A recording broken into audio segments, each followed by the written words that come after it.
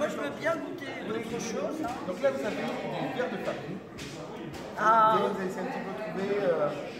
c'est ce qu'avait goûté une personne. Enfin, j'avais fait un article sur mon blog Ça, il y a 2 ans, moi, et elle avait goûté ça et les criquets. Et ça, et c'est là, le granola. là, c'est du granola qui est fait naturellement à base de farine d'insectes. La farine de blé a été remplacée par de la farine d'insectes. C'est absolument pas le goût d'insectes, c'est du granola classique, sauf que c'est une protéine d'origine animale faite à base d'insectes. Et là, peut-être un petit peu plus coriace, ce sont des criquets. Voilà, ça c'est. Donc voilà, ce sont des criquets, donc il faut bien mâcher. Ou alors enlever les ailes.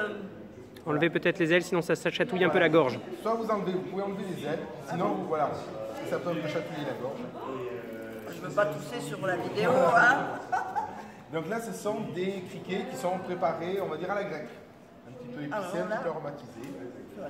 Ça tout seul, hein, c'est un petit peu croustillant. Oh, mais j'en reviens pas. J'avais peur d'avoir. Non, ça passe tout seul. Il faut bien mâcher. Et après, vous avez même un petit peu de dessert, puisque vous avez des verres de farine qui sont préparés caramel beurre salé. Là, vous pouvez prendre le jus. Là, c'est le dessert. C'est un apéritif, je veux dire. C'est un apéritif. Oui, c'est une préparation apéritive. Mais quelle quantité il faut pour avoir sa dose de protéines? Parce que c'est ça qui est intéressant. Donc après, c'est une dose, enfin déjà, on va dire que la valeur égale, enfin à volume égal, un insecte apporte beaucoup plus de protéines qu'un steak de cheval ou un steak de bœuf. Pourquoi vous parlez du cheval? On en mange moins. Des fois, on en mange directement. Oui. Ah oui, c'est vrai. On en mange directement. Après, Donc, c'est surtout à masse plus qu'à volume. Voilà, la masse, voilà. Donc la masse de protéines, en fait de viande, va être beaucoup plus importante chez l'insecte que chez le bœuf, le porc ou le poulet. Par exemple, une assiette comme ça, vous avez votre dose de protéines de la Non. journée? Là, ce sont des assiettes qui font 18 grammes, donc là c'est vraiment il faudrait, pour avoir la dose pour la journée, il faudrait considérer au moins manger 70 grammes, je pense, à peu près. 70 grammes. Pour un repas. D'accord. Mais ce qu'il y a aussi, c'est que c'est une production de protéines qui est beaucoup moins polluante que les protéines animales traditionnelles. C'est ce qu'on avait commencé Tout à fait.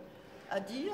Production en fait en méthane, en CO2 et en ammoniac est beaucoup plus faible pour la production notamment des grillons qui est très très saine que pour de l'élevage de bovins ou pour l'élevage porcin.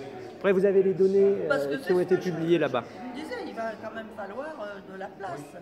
Mais voilà, donc on a déjà besoin de beaucoup moins de place, beaucoup moins d'eau pour pouvoir élever tout ça. Puis surtout un insecte, vous ne pouvez pas lui faire avaler n'importe quoi. Vous ne pouvez pas lui donner d'antibiotiques, vous ne pouvez pas lui donner de produits chimiques, comme on pourrait donner d'hormones. Donc c'est une nourriture. Et en termes de surface, on peut aussi avoir une densité de population qui est très importante tout en respectant l'animal. Et on peut empiler des caisses d'élevage de manière... Ça s'élève en hangar et il y a donc des caisses d'élevage qui sont empilées et qui permettent d'avoir un volume de production qui est invraisemblable par rapport à une vache qui nécessite un espace beaucoup plus important. Et beaucoup d'entretien. Et beaucoup d'entretien. Ouais, ça va supprimer des emplois encore. Ah bah non, pas sûr, au contraire. Ça prend un peu d'offres parce qu'il y a plus qu'il y avoir toute une filière aussi bien, ne serait-ce que pour avoir les racks dans lesquels on va installer des grillons. Enfin voilà, il y a toutes les transformations. Est-ce que vous avez une idée du nombre d'années qu'il va falloir que ça devienne... Alors ça va dépendre un petit peu de des décisions qui seront prises au niveau des productions. Si on décide de passer plutôt sur ce que l'on voit avec les granolas et faire des préparations à partir de farine d'insectes, ça peut aller très très vite. Par contre, si on reste sur des spécimens entiers, il faut que les mœurs se changent un petit peu, ça peut être un peu plus long. Mais on en aura besoin à l'échelle d'une génération et demie, de mon point de vue, uniquement de mon point de vue. Donc je le connais pas. Si, je pense. Moi je pense. Allez, on va dire que d'ici 5 ou 6 ans. Voilà. 5 ou 6 ans. Ça, je te trouve optimiste par contre. Non, moi je suis optimiste. Au niveau farine animale, la protéine de soja était très mal connue au départ et puis c'est exponentiel avec le tofu, avec... Moi je pense qu'il faudra attendre 20 ans. Enfin, en tout cas, ce que je peux dire, c'est que je ne sais pas dans l'imaginaire qu'on peut penser, mais là, franchement... On peut imaginer que ça grouille, que ça va se couler, voilà. C'est cuisiné, c'est comme on pourrait être même la texture, on peut rappeler une chips. Exactement, exactement. Ben voilà. En plus ça, exactement, oui. Alors, cet atelier pédagogique, donc, ce sont des expériences chimiques inspirées de la biologie, donc des plantes ou des insectes. on a 4 expériences. On va commencer par l'expérience du chou rouge. Donc en fait, l'expérience du chou rouge, c'est qu'on a mis du chou dans de l'eau, qu'on a mis à ébullition, et donc on a récupéré les colorants, qui s'appellent les anthocyanes. Et ces colorants-là, ils ont la particularité de changer de forme suivant le milieu dans lequel il est, du milieu acide ou basique. Et donc en changeant de forme, ils vont changer leur couleur. Des solutions acides comme le vinaigre ou l'acide citrique avec le citron. Par exemple, là on a du vinaigre, donc une solution acide. On va mélanger et on met de l'acide, devient rose-rouge. Là, on a un très beau rouge. Et maintenant, si on va dans quelque chose de basique, avec par exemple du bicarbonate de soude, on a une solution qui devient bleue, avec du carbonate de bicarbonate, ce qui devient vert. Et donc maintenant, vu qu'on a des solutions acides et des solutions basiques, on peut s'amuser à aller de l'un vers l'autre. Donc par exemple, si je mélange quelque chose d'acide avec quelque chose de basique, on va essayer de revenir vers quelque chose de normal, donc quelque chose de violet.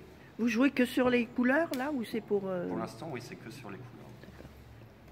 Juste en changeant l'acidité du milieu, hop, ça va changer la couleur des anthocyanes. Donc là, on est revenu sur quelque chose de violet, un peu rouge. C'est-à-dire qu'on est dans une solution un petit peu encore acide. Voilà. Et les bulles viennent du fait que lorsqu'on mélange de l'acide et de la base, ça crée du CO2. Voilà. Donc si par exemple là, on remet quelque chose de basique, on va retourner vers peut-être du bleu ou du vert. Là, on est plus vers l'équilibre. Mais ça, c'est des expériences que les enfants peuvent faire chez eux. C'est ça. C'est rien d'extraordinaire, à part l'acide oxalique. C'est que ça se trouve en droguerie. C'est ça. D'accord, sinon le vinaigre, le bicarbonate... L'idée des présentations ici, c'est que justement les enfants puissent les reproduire directement chez eux et puissent s'amuser à la maison. En fait, ça permet d'avoir une forme d'initiation à la découverte scientifique sans pour autant qu'ils prennent le moindre risque. D'accord. Donc, je suis Guillaume Godot. Je travaille à l'Université Côte d'Azur, en partenariat également avec l'Institut méditerranéen du risque, de l'environnement et du développement durable. Et donc, c'est moi l'organisateur de ces journées de la bio-inspiration, dans le cadre desquelles sont présentés au Parc Phénix et dans le cadre desquels nous présentons un certain nombre d'ateliers, notamment un atelier ludique, plutôt destiné aux enfants, dans lequel est proposé un certain nombre de jeux, avec certains jeux qui nous ont été prêtés très généreusement par le magasin La Bulle à Jeux, et d'autres jeux qui ont été préparés à l'université sous forme de memory ou sous forme de puzzle. Après, vous avez une petite exposition, enfin, c'est juste une vitrine, avec les résultats notamment d'un concours de peinture qui ont été organisés dans le cadre des journées de la bio-inspiration, qui ont été organisées en partenariat avec le magasin Games Workshop de Nice. Vous avez un petit exemple ici juste de bijouterie réalisée avec des élytres d'insectes qui peuvent se trouver commercialisés sur Internet. C'est pour montrer que la beauté d'un certain nombre de ces insectes peuvent même inspirer les joailliers. Mais ma mère avait une broche et tous les ans mon père allait chercher un scarabée énorme d'ailleurs, il était comme ça. Hein. Ouais. On était au Maroc, donc il y a des grosses bestioles. C'est plus les mêmes, effectivement. Mais les couleurs étaient merveilleuses. Il y a des choses qui sont absolument magnifiques. Là, par exemple, vous avez un petit exemple avec la Chrysopotosia manchuriensis. Alors, ce n'est pas les plus spectaculaires, mais c'est ceux dont on avait des spécimens. Eh bien, merci beaucoup.